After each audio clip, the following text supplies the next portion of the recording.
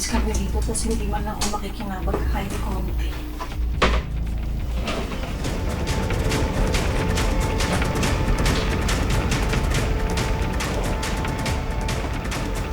Ako yung ibig ko. Sila.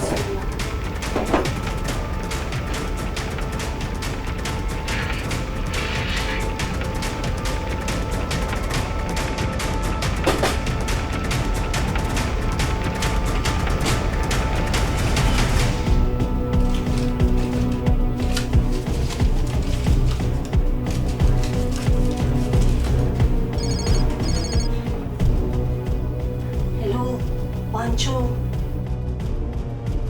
Portion lang kinuha ko. Hindi naman sila.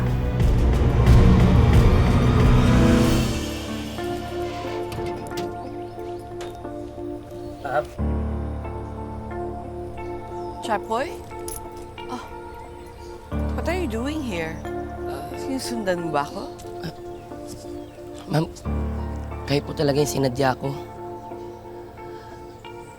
Desperado na po kasi ako eh. Kakapalan ko na po yung mukha ko para po sa inyo. Baka po, pwede niyo po akong matulungan na makausap po si Rodney na maiurong po yung demanda laban po sa tatay namin.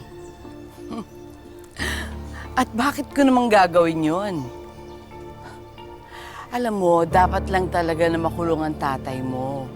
Kasi baka mamaya may masaktan pa siyang ibang tao.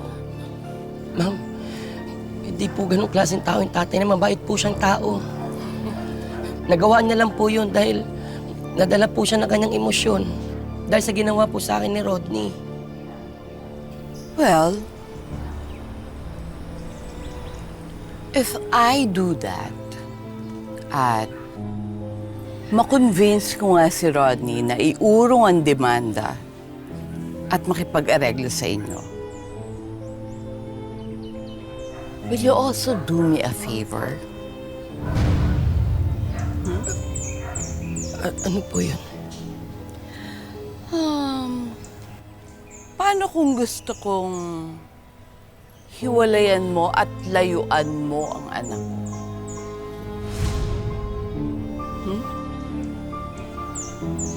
Po, Hindi kayo nababagay ng anak ko. Okay? Maraming salamat sa pagsama sa ating istorya sa Tadhana. Nakaka-relate ka ba sa ating mga bida? Nako, i-comment mo na yan para sa iba't ibang kwento na punong-puno ng pag-asa at inspirasyon. Mag-subscribe na sa GMA Public Affairs at YouTube channel. I-click na rin ang bell button para lagi kang updated sa pinakabagong storya ng Tadhana.